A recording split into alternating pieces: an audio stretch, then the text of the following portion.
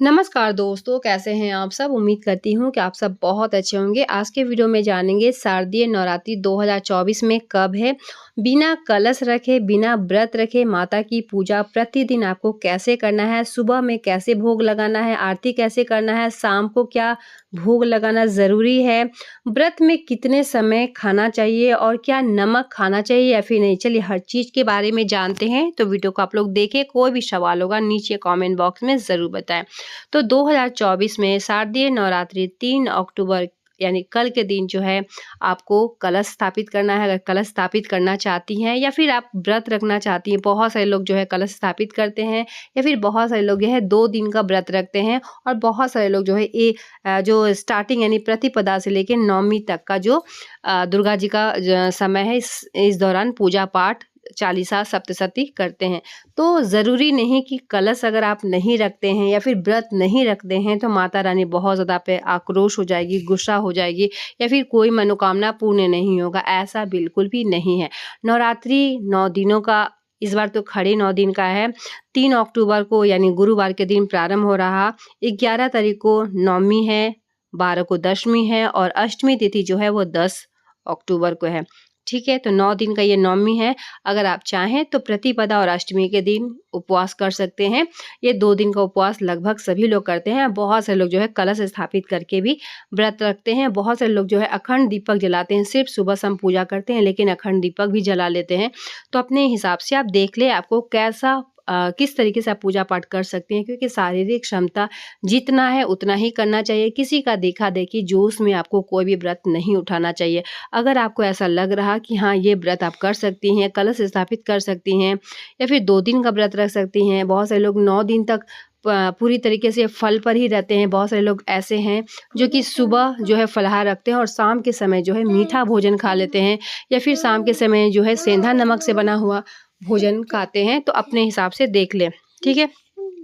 और जब आप पूजा पाठ करती हैं तो अगर सरल तरीके से तो सुबह सवेरे आप उठें, थोड़ा जल्दी आपको सोकर उठना है, क्योंकि नवरात्रि का ये 9 दिन कोशिश करें आप अपने घर में सबसे जल्दी उठ जाएँ। अगर जल्दी उठिएगा तो हर कार्य जो है बहुत ही समय पर आपका हो जाएगा।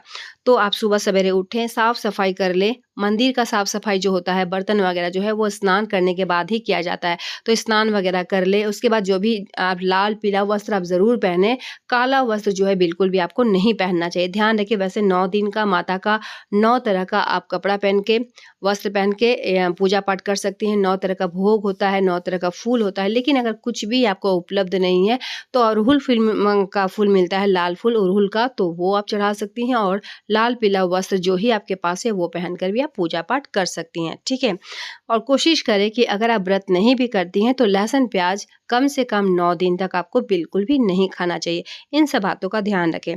तो अगर सरल तरीके से बिना व्रत किए बिना कलश रखे अगर पूजा पाठ करना चाहती हैं तो ध्यान से सुन लें कि सुबह सवेरे आपको उठना है, स्नान वगैरह कर लें, उसके बाद पूजा रूम का साफ-सफाई कर लें, गंगा जल मिश्रित पानी से थोड़ा-सा जो है जितने भी फ़ोटो प्रतिमा है सबको अच्छे से आप साफ़-सुथरा कर लें।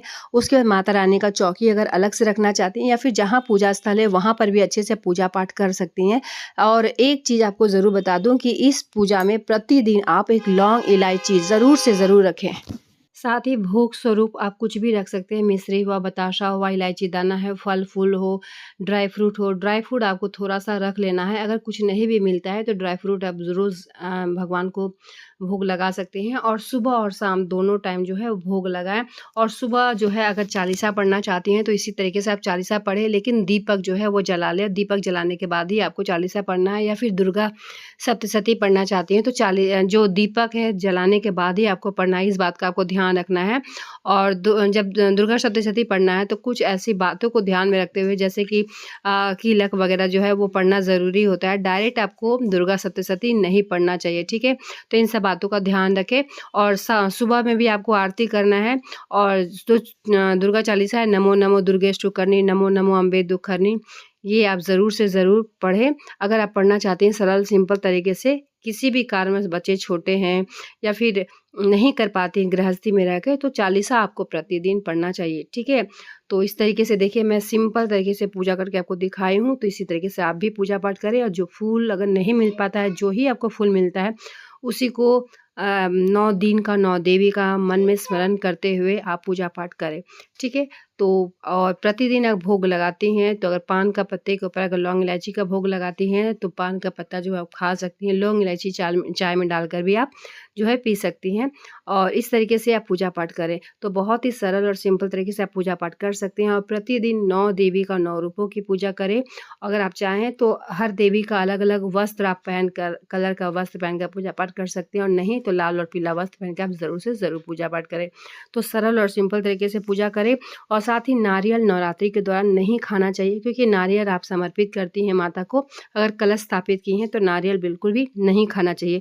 इन सब बातों का ध्यान रखें और अगर आप व्रत रखना चाहती हैं तो किस तरीके से आपको व्रत रखना है वो खुद ही आप अच्छे से समझ लें। चलिए मिलते हैं एक नए वीडियो के साथ, तब तक के लिए धन्यवाद।